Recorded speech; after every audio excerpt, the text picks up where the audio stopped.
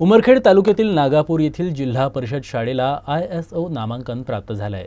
शाळेत विविध नाविन्यपूर्ण उपक्रम राबवले जातात।